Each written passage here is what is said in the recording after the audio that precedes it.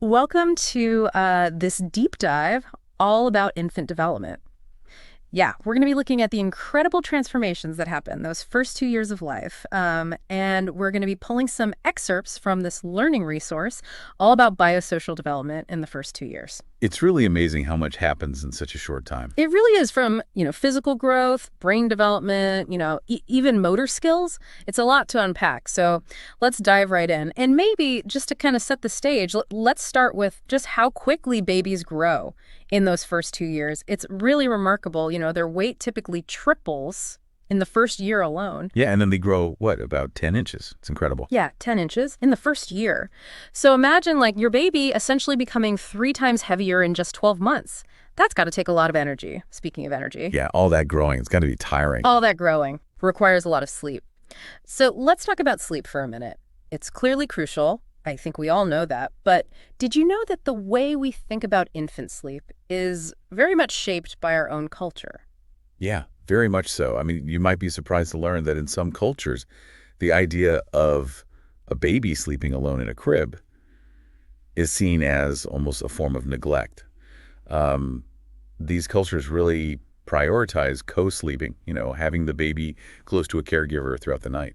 That's so interesting because, it really does highlight how what we consider normal, even for something like raising a baby, is so different around the world. Yeah, it really does. It makes you think about your own assumptions, doesn't it? Have you ever thought about the different sleep approaches, like the pros and cons of bed sharing versus separate cribs? Oh, yeah, absolutely. And there's no one-size-fits-all answer. Right. But one thing that experts do agree on is that no matter where you are or how your baby is sleeping, babies need a lot of sleep. Oh, for sure. And a good chunk of that is REM sleep. REM sleep, yeah, that's that deep sleep associated with dreaming, right? Yeah, and all that intense brain activity that's happening while they're sleeping. It's almost like their little brains are working overtime, processing all the new information they're taking in during the day.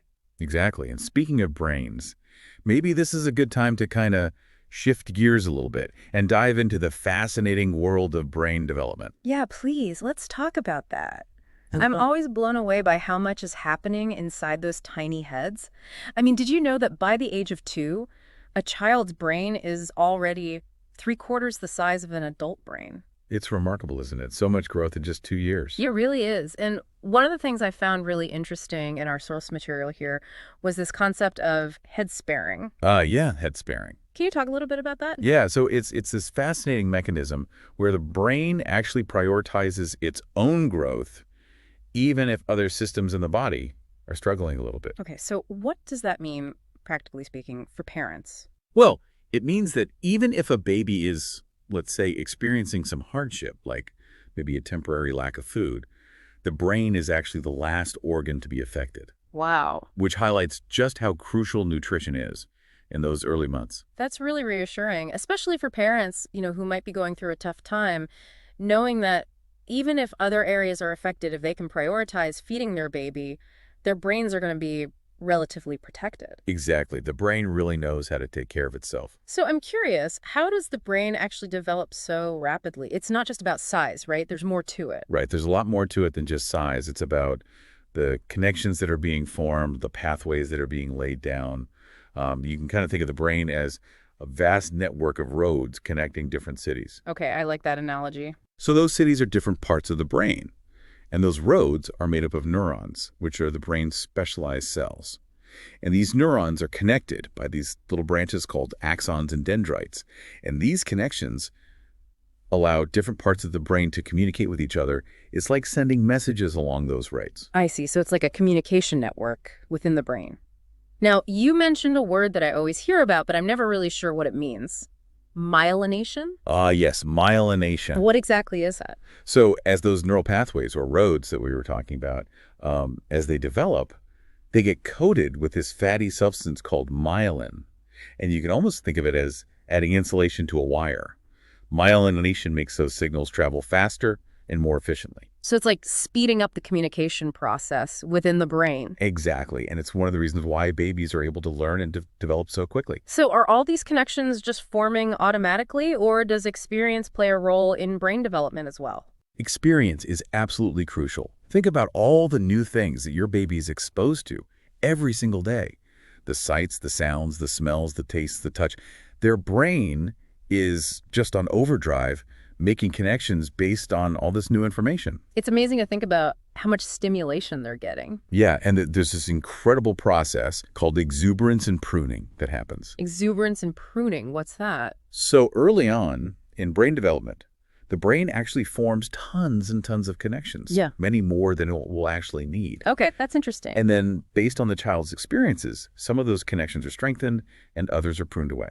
So it's like the brain is deciding which roads are most important based on the traffic that they get. Exactly. It's this incredible interplay of nature and nurture. That's fascinating. So we're born with the potential for this vast neural network, but our experiences actually shape which pathways become kind of the superhighways of our brains. That's a great way to put it. It's like the brain is this incredible sculptor chiseling away at the excess to reveal this unique masterpiece within each child. I love that analogy. You mentioned two different types of brain growth related to experience. Can you elaborate a little bit on that? Yeah, so there's this researcher, William Greenough, and he found that some brain development is what he called experience expectant. And this means that the brain is essentially pre-programmed to expect certain types of stimulation, like exposure to language or visual patterns. And if those expected experiences are missing, development can actually be hindered. Okay, so that's why it's so important to, for example, intervene early if a child has hearing loss. Exactly. You want to make sure that those critical pathways have the input that they need to develop properly. That makes sense. What about the other type of brain development? The other type is called experience-dependent growth. And this is where things get really interesting, because this type of growth is all about those unique individual experiences that shape the brain in ways that are specific to each child. So things like learning to play a musical instrument or developing a particular skill. It seems like this is where a child's personality and interests really start to emerge. Absolutely. And it highlights just how adaptable and plastic the young brain truly is. But it also means that the environment that we provide for babies is incredibly important. Yeah, it makes you realize just how much power we have to influence their development, even in those early months. So what are some of the things that parents and caregivers can do to provide kind of that rich, stimulating environment that we're talking about? Well, even simple things like talking, singing, and reading to babies can make a world of difference. Even if they don't understand the words yet, they're absorbing the sounds, the rhythms, the emotional tone. I never really thought about how much information a baby's getting just from listening to the flow of conversation around them. Yeah, it all goes back to building those neural pathways. And then there's playtime, of course. Giving babies opportunities to explore different textures, shapes, colors, sounds. It's like providing a feast for their senses. Right. And it doesn't have to be complicated either. I remember my kids were always so fascinated by just simple things like boxes or pots and pans. Exactly. It's about encouraging exploration and discovery. And as babies get older and they start to move around, creating a safe space for them to explore is essential. And something like giving them plenty of tummy time, that's really important for developing those core muscles that they're going to need for crawling and walking. Right. It's all about setting the stage for them to learn and grow. Now, we were talking about exploration, but sometimes that exploration can lead to maybe some more dangerous situations. And I'm thinking about things like shaken baby syndrome, which our source material mentions as, a very serious threat. Absolutely. It's a devastating reminder of just how vulnerable a baby's brain is in those early months. Shaken baby syndrome happens when a baby is violently shaken, and it can cause severe brain damage, developmental delays, and even death. Yeah, it's a stark reminder that we as adults have a responsibility to protect these developing minds. This makes me wonder about the other senses, because we've talked a lot about how babies experience the world through touch.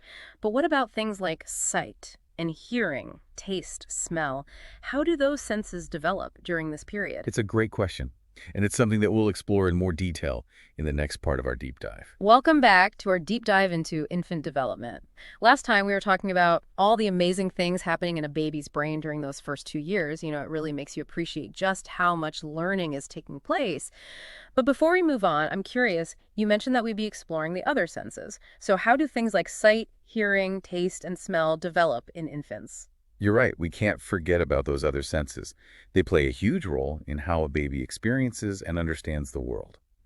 So let's start with hearing, which is actually the most advanced sense at birth. Really? I would guess sight was the most developed. It's fascinating, isn't it? I mean, think about it. Your baby has been listening to your voice and other sounds from inside the womb for months. So by the time they're born, they're already familiar with the rhythms and patterns of language. In fact, they can even recognize their mother's voice from birth. That's amazing. And it makes me think about all those lullabies and stories parents read to their babies even before they're born. Exactly. Those early experiences really do shape a baby's developing brain. And by around 4 months, they've already started developing speech perception. So they're tuning in to the specific sounds of the language that they're exposed to. So all that baby talk you might feel silly doing actually has a purpose. Exactly. It's all part of the process. I'm starting to see how all these pieces of development fit together. But you said sight is actually less developed at birth? It is, yeah. Newborns can only see clearly about 4 to 30 inches away. And it takes a while for their visual cortex, the part of the brain that processes visual information, to fully mature. But it's amazing to watch how their vision improves over the first year. Around 3 months, they develop binocular vision, which means they can start to perceive depth. Ah, so that's why babies often seem so fascinated by their own hands around that age. They're starting to figure out that they can reach out and touch things. Precisely. It's a whole new world of exploration for them. And then there are smell and taste. These senses are functional at birth, and they play a vital role in things like bonding and feeding. Yeah, it makes sense that those senses would be important for survival right from the start. But I've always wondered, do babies have preferences for certain smells or tastes? They do. In fact, research suggests that babies are born with a preference for sweet tastes, which is thought to be an evolutionary adaptation that encourages them to consume breast milk, which is naturally sweet. And as they're exposed to different flavors, through their mother's diet and eventually through solid foods, they begin to develop their own unique taste preferences. So even those early food experiences are shaping their development in ways we might not realize. Absolutely.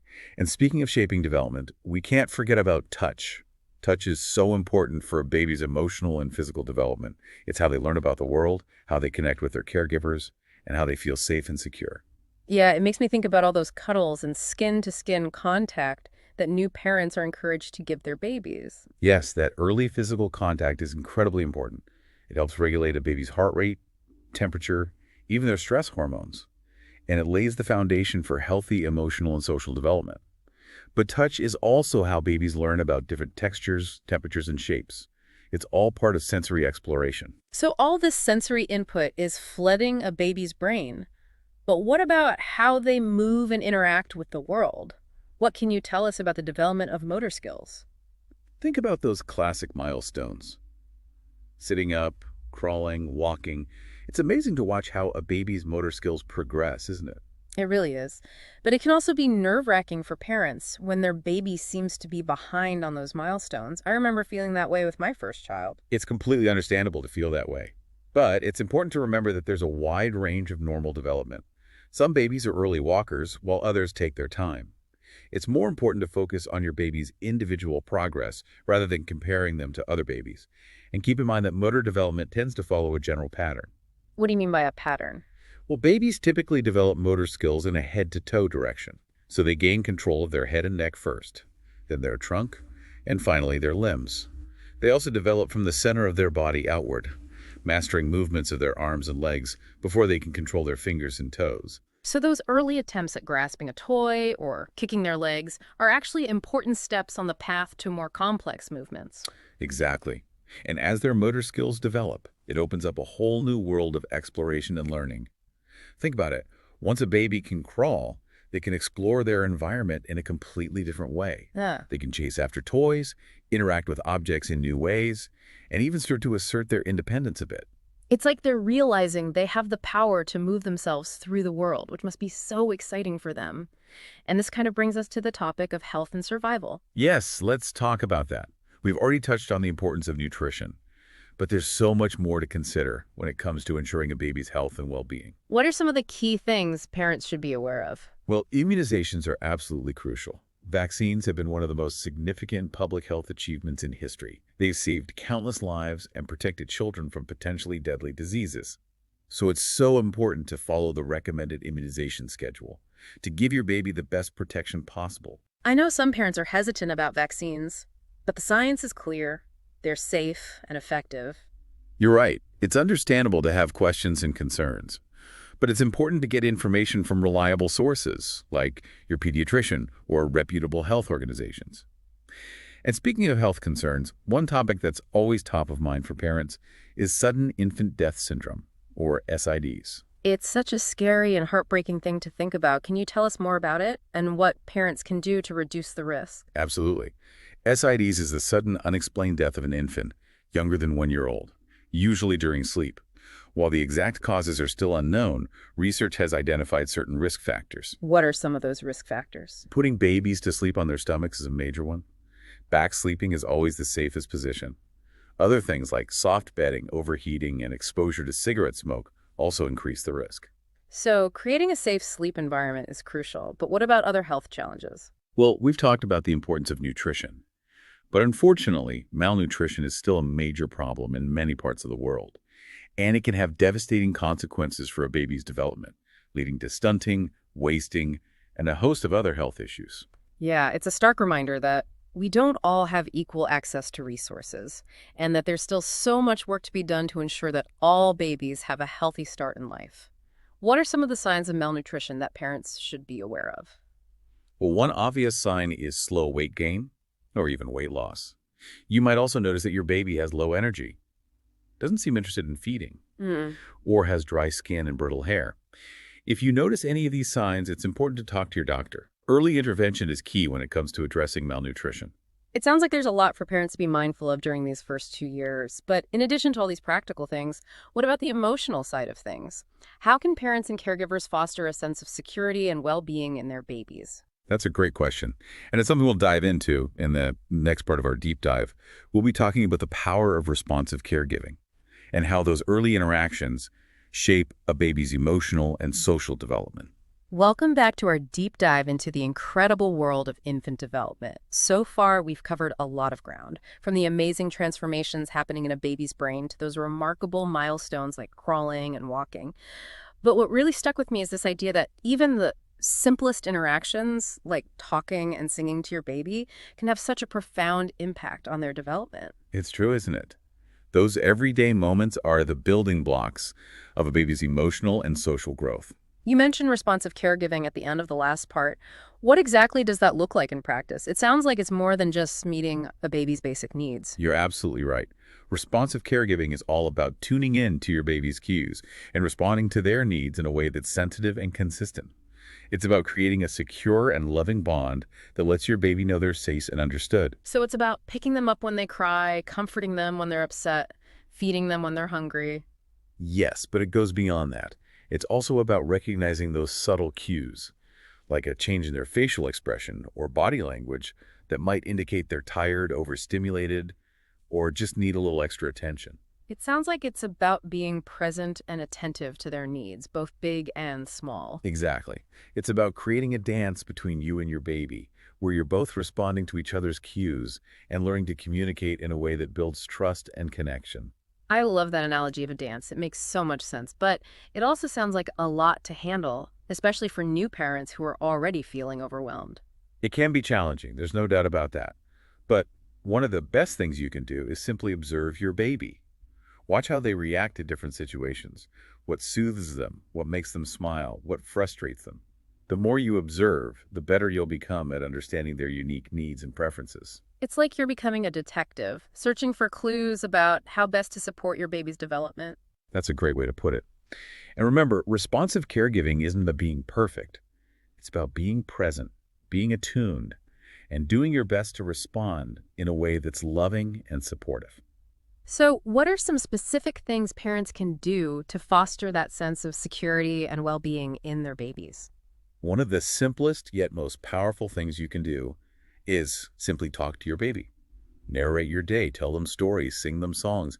Even if they don't understand the words, they're absorbing the sounds and rhythms of language, and they're feeling the loving connection in your voice. It makes me think back to what you were saying about how well-developed a baby's hearing is at birth. It's like they're primed and ready to soak up all that language input. Exactly. And don't underestimate the power of touch. Hold your baby close, give them plenty of cuddles, wear them in a sling or carrier.